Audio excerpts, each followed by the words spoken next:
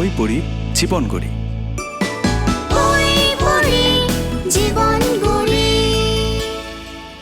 ছোট্ট বন্ধুরা, কেমন আছো তোমরা? আমার নাম অপু বিশ্বাস। আমি জানি তোমরা অনেক ভালো আছো, আমিও অনেক ভালো আছি। কেন জানো? আমাদের সামনে কত সুন্দর মজার মজার গল্পের বই, আর এই যে বুকশেলফটা দেখছো পুরোটাই ভর্তি গল্পের বই দিয়ে। তাহলে চলো এর মধ্যে থেকে একটা সুন্দর গল্পের বই আমরা পড়ি। কোনটা পড়া যেতে পারে? দেখো, এই গল্পের বইয়ের নামটা দেখো, সাদা প্রজাপতি। চলো তো, প্রজাপতি আবার সাদা হয় নাকি? চলো।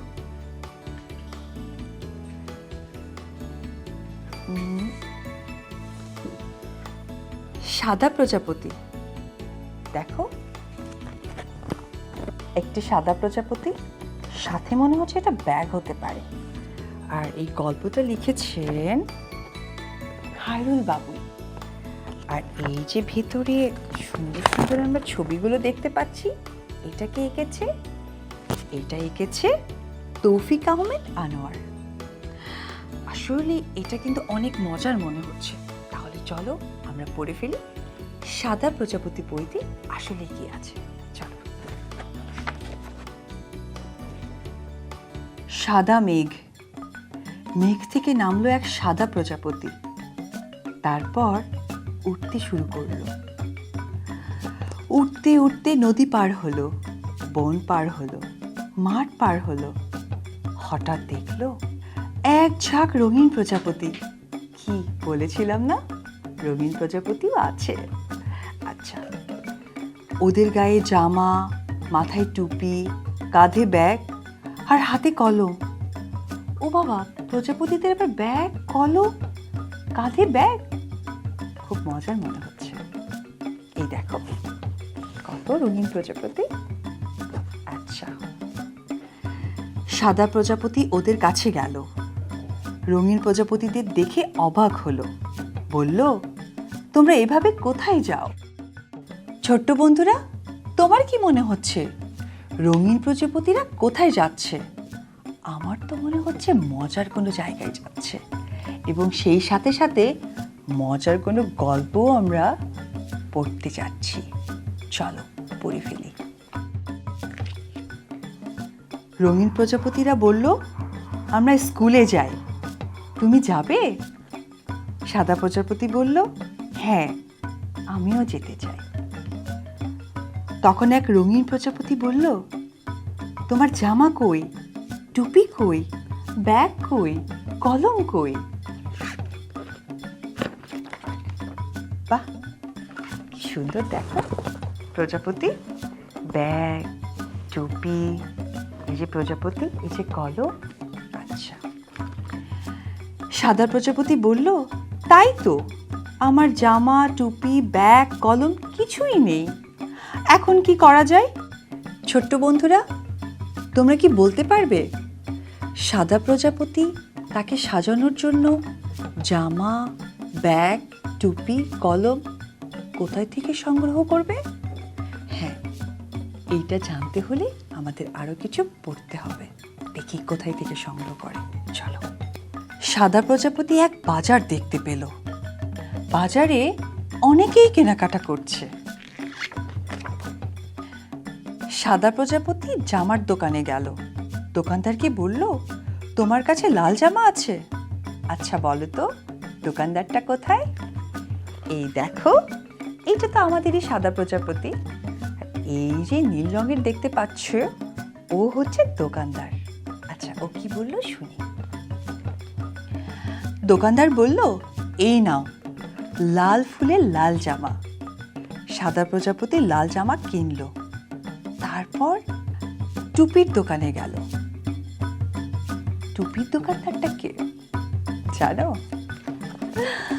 এই যে লাল রঙের যে একটি পিঁপড়ে, ও হচ্ছে টুপির দোকানদার। কি মজার না, যে কিনবে সে সাদা প্রজাপতি, আর যে বিক্রি করবে সে পিঁপড়ে।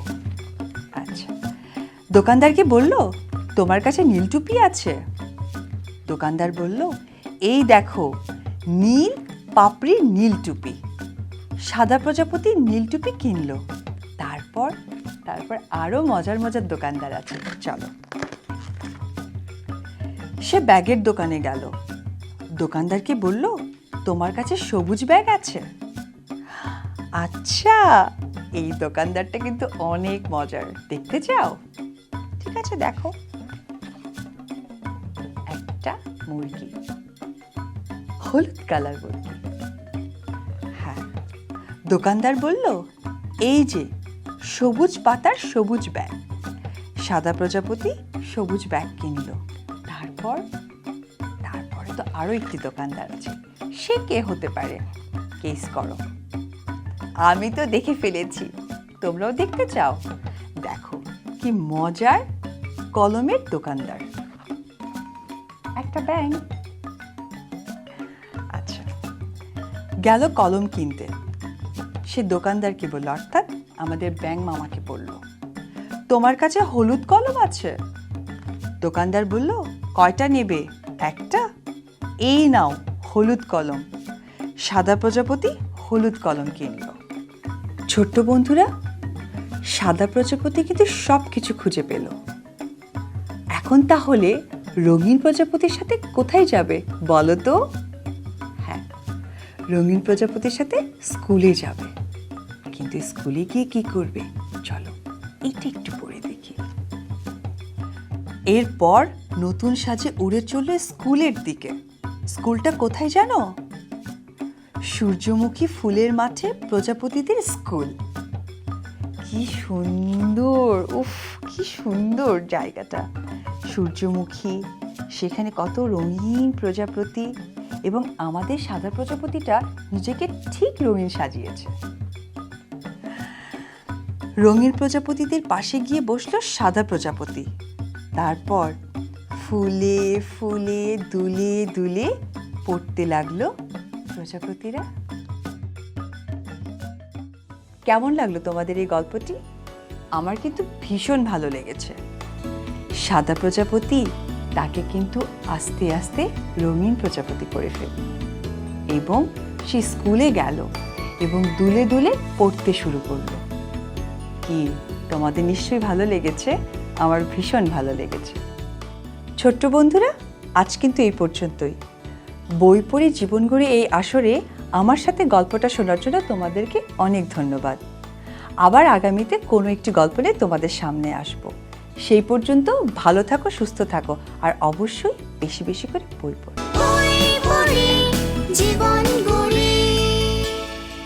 ছোট্ট বন্ধুরা, কেমন আছো তোমরা? আমি শহীদুজ্জামান সেলিম। আমার না গল্পের বই পড়তে খুব ভালো লাগে। নিশ্চয়ই তোমাদেরও গল্পের বই পড়তে বা গল্প শুনতে খুব ভালো লাগে। এখানে একটা আলমারিতে দেখো অনেকগুলো বই আছে। আজকে আমি তোমাদেরকে একটা মজার বই পড়ে শোনাবো।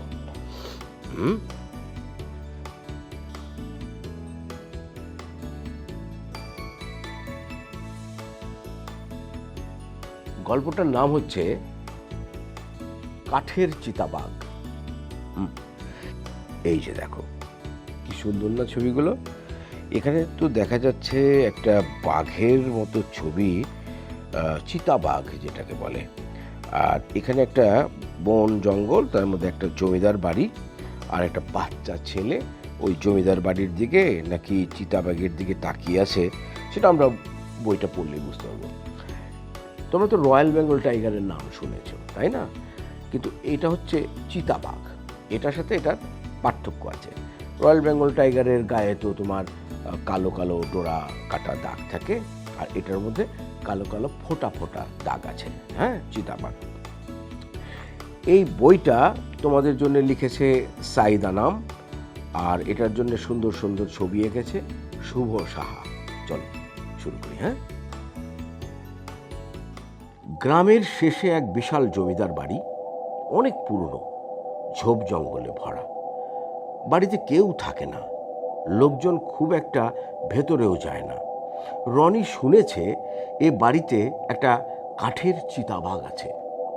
রনির খুব ইচ্ছে কাঠের চিতাবাঘ দেখবে।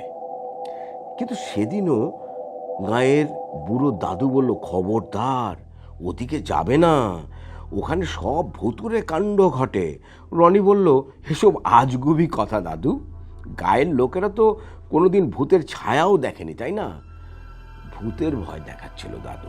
এই যে দেখো, এই ছবিটাতে ওই যে দাদু বলছে যে ওদিকে যাওয়া যাবে না, ওখানে গ্রামের কেউ ঢুকে না, সুতরাং সাবধান। কিন্তু রনি তো তোমাদের মতো একটা সাহসী ছেলে, হ্যাঁ, তো সে এগুলা তোয়াক্কা করা, সে বলে ভূত টুত এগুলা কিছু নেই। একদিন বিকেলে রনি জমিদার বাড়ির আঙ্গিনায় ঢুকলো। বিশাল বাড়ি, বড় বড় ঘর, সিঁড়িগুলো চওড়া। এই যে দেখো, জমিদার বাড়ির গেটটা দেখা যাচ্ছে, দেখছো কি সুন্দর নকশা করা একেবারে, না? রনি সিঁড়ি দিয়ে উপরে উঠল, কোথাও কোনো সারা শব্দ নেই। কয়েকটা ঘর পার হতেই বিশাল একটা বারান্দা। ওই তো বারান্দায় কাঠের চিতাবাঘ দেখা যাচ্ছে। রনি চিতাবাঘের পাশে গিয়ে দাঁড়ালো, চারপাশ ঘুরে দেখলো, বাহ, কাঠের বাঘটা তো বেশ সুন্দর, একে দেখে ভয় পাওয়ার কি আছে? আজ তবে যাই, আরেকদিন আসবো। এই যে কাঠের চিতাবাঘটাকে দেখে রনি যা ভাবলো সেটা এখানে লেখা আছে বইটাতে। রনি ভাবলো বন্ধুদের সবাইকে নিয়ে আরেকদিন আসবে। মানে একা একা দেখার তো মজা নাই, তাই না? বন্ধুরা সবাই মিলে যদি একটা জিনিস দেখা যায় তাহলে তাতে আনন্দ আরো বেশি, না? কাঠের চিতাবাঘ তার খুব ভালো লেগেছে। ভাবতে ভাবতে রনি সিঁড়ির দিকে এগিয়ে যাচ্ছিল। এমন সময় পেছন থেকে কে যেন বলল, এই খোকা, যাচ্ছ কেন? ভয় পেয়েছো? অমন করে কে ডাকছে আমাকে? এখানে তো আর কেউ নেই। নিমেষেই রনির সমস্ত সাহস হাওয়া হয়ে গেল। সিঁড়ি দিয়ে তাড়াতাড়ি নিচে নামতে লাগলো, তারপর দৌড় দিল বাড়ির পথে। আমার কিন্তু একটু একটু ভয় লাগছে, রনিরও ভয় লেগেছে। তোমাদের কি ভয় লাগছে? চলো দেখি তারপরে কি হয়। কদিন পর আবারও সাহস করে রনি গেল চিতাবাঘের কাছে। ওর বন্ধুরা কেউ আসতে রাজি হয়নি। গ্রামের সবার মতো ওরাও ভীষণ ভয় পায় এই চিতাবাঘকে। রনি কাছে গিয়ে চিতাবাঘের গায়ে হাত দিল। বাপরে বাপ, রনির কেমন সাহস দেখেছো? গায়ে হাত দিয়ে ফেলেছে চিতাবাঘের। হঠাৎ মনে হলো কাঠের চিতাবাঘটা যেন কাঁপছে। একটুখানি ভরকে গেল রনি। ভালো করে আরেকবার বোঝার চেষ্টা করলো, না, বাঘটা তো কাঁপছে না। এ হয়তো তার মনের ভুল। হয় না যে একটা মানুষ ভয় পেয়ে গেছে, ভয় পেয়ে যাওয়ার পরে সে ভাবছে একরকম, কিন্তু আসলে দেখা যাচ্ছে যে ওটা ঘটেনি। তো রনি ভাবছে যে চিতাবাঘটা কি নড়ে উঠলো, আবার ভাবছে যে না, ঠিকই তো আছে, নড়ে তো ওঠেনি। কি মজার না অনেক, ভয়ের না? রনি খুশি হলো। তারপর বাড়ি যাওয়ার জন্যে সিঁড়ির দিকে এগিয়ে গেল। এমন সময় সে আবারও শুনতে পেল পিছন থেকে কে যেন তাকে ডাকছে, এই খোকা, যাচ্ছ কেন? রনি পিছন ফিরে তাকালো, বলল, কে? কাঠের চিতাবাঘ গমগমে গলায় বলল, ভয় পেও না, আমি কাঠের চিতাবাঘ, কাছে এসো।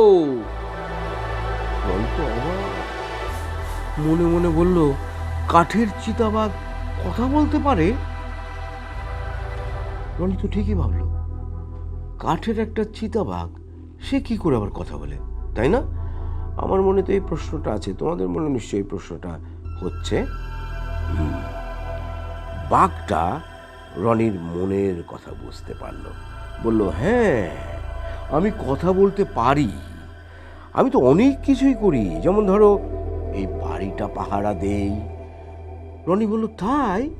বাঘ বলল, হ্যাঁ, শোনো তবে, আজ থেকে আমি তোমার বাঘ মামা। বাঘকে তো সাধারণত আমরা বাঘ মামাই বলি, তাই না? দেখো, রনির সঙ্গে বা রনির কাছে বাঘটা বন্ধুত্বের জন্য হাত বাড়িয়ে দিল, বললো যে আমি তোমার বন্ধু, আমি তো বাঘ মামা, ঠিক আছে? তোমার কিছু দরকার হলে আমাকে বলবে। আমি যে তোমার সাথে কথা বলেছি তা কাউকে বলবে না। এই যে দেখো, এই যে বাঘটা রনিকে বলছে। হ্যাঁ, মনের আনন্দে রনি বাড়ি ফিরল। ভাবলো বাঘ মামাকে বলবে সে যেন তার অঙ্ক স্যারের হাতটা ভালো করে দেয়। অঙ্ক স্যারের হাতটা ভেঙেছে সেই কবে, কিন্তু কিছুতেই ভালো হচ্ছে না। তার মানে কি, রনি অঙ্ক স্যারকে খুব পছন্দ করে। তো তার হাতটা যেহেতু ভেঙেছে, কোনোভাবেই ঠিক হচ্ছে না, তো রনি ভাবলো যে আচ্ছা, বাঘটা তো তাকে সাহায্য করতে চাচ্ছে, সুতরাং সে অঙ্ক স্যারের জন্যে তার কাছে একটু সহযোগিতা চাইল যে তার হাতটা যেন সে ভালো করে দেয়। আচ্ছা, তোমাদের কি মনে হয় এই অঙ্ক স্যারের হাতটা এই চিতাবাঘ মামা ভালো করে দিতে পারবে? চলো পড়ি। পরদিন সকাল, গ্রামে হইচই পড়ে গেছে। পুরনো জমিদার বাড়ির দোতলার একটা অংশ ভেঙে পড়েছে। শুনেই রনি ভাবলো বাঘ মামার কিছু হয়নি তো। এই যে রনি দেখো খুব চিন্তিত, বাঘ মামার জন্য সে চিন্তা করছে, গালে হাত দিয়ে। রনি এক দৌড়ে জমিদার বাড়ি গেল। পুরনো ভাঙা ইট পাটকেল দেখে ওর মনটাও ভেঙে গেল। দেয়ালের ভাঙা অংশগুলো পড়েছে কাঠের চিতাবাঘটার উপর। কাঠের চিতাবাঘটা তো শেষ হয়ে গেল। ইটের চাপায় সেটা একেবারে চূর্ণ হয়ে গেছে। রনির খুব মন খারাপ হলো। এই যে দেখো, রনি মন খারাপ করে এখানে বসে আছে। বাঘ মামাকে সে আর কোনোদিন দেখতে পাবে না, কোনোদিন তার কথাও শুনতে পাবে না। রনির ভীষণ কান্না পেল, চোখ থেকে দরদর করে জল গড়িয়ে এলো।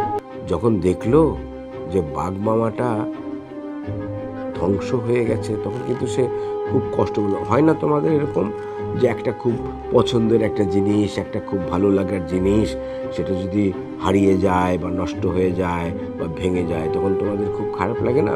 রনিরও কিন্তু সেরকম খুব খারাপ লাগছিল। ঠিক তখনই বাঘ মামার কথা শুনতে পেল রনি। এই রনি, কাঁদছো কেন?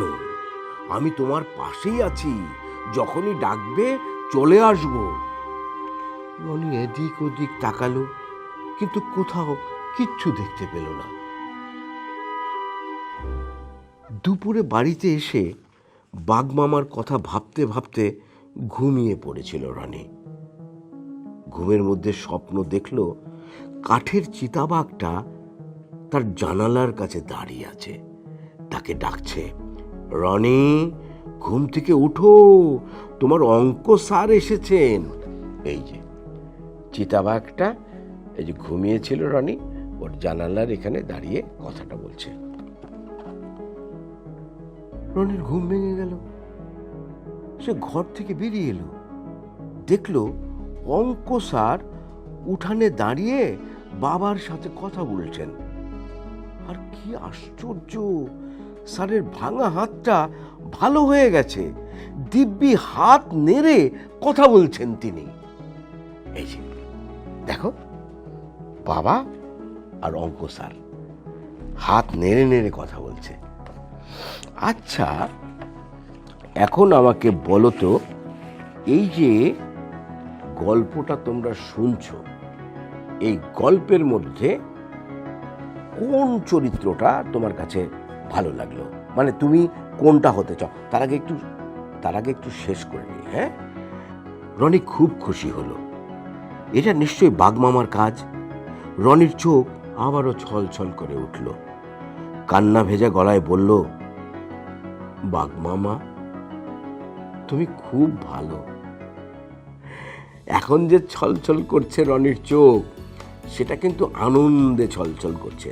বাঘ মামা তার কথা রেখেছে, অঙ্ক স্যারের হাতটা ভালো করে দিয়েছে। তো একটু আগে বললাম না, তোমরা চিন্তা করো যে কোন চরিত্রটা তোমাদের কাছে বেশি ভালো লাগলো, রনি নাকি বাঘমামা, নাকি অঙ্ক স্যার, নাকি বাবা? আমার কাছে কিন্তু রনির চরিত্রটাই বেশি ভালো লাগলো। একটা সাহসী ছেলে, ঠিক তোমার মতো। একা একা জমিদার বাড়িতে চলে যেতে পারে, বাঘ মামার সঙ্গে কথা বলতে পারে। বাঘ মামা যখন তাকে বলল যে তুমি কি চাও, তখন সে অঙ্ক স্যারের হাতটা যাতে ভালো হয় সেই জন্যে সে তার কাছে সহযোগিতা চাইল।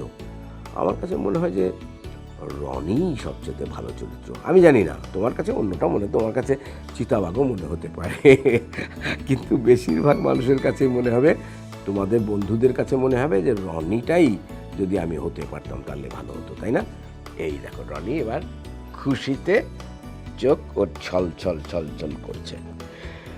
তোমাদের জন্যে এই গল্পের বইয়ে সুন্দর সুন্দর ছবি এঁকেছে শুভ সাহা।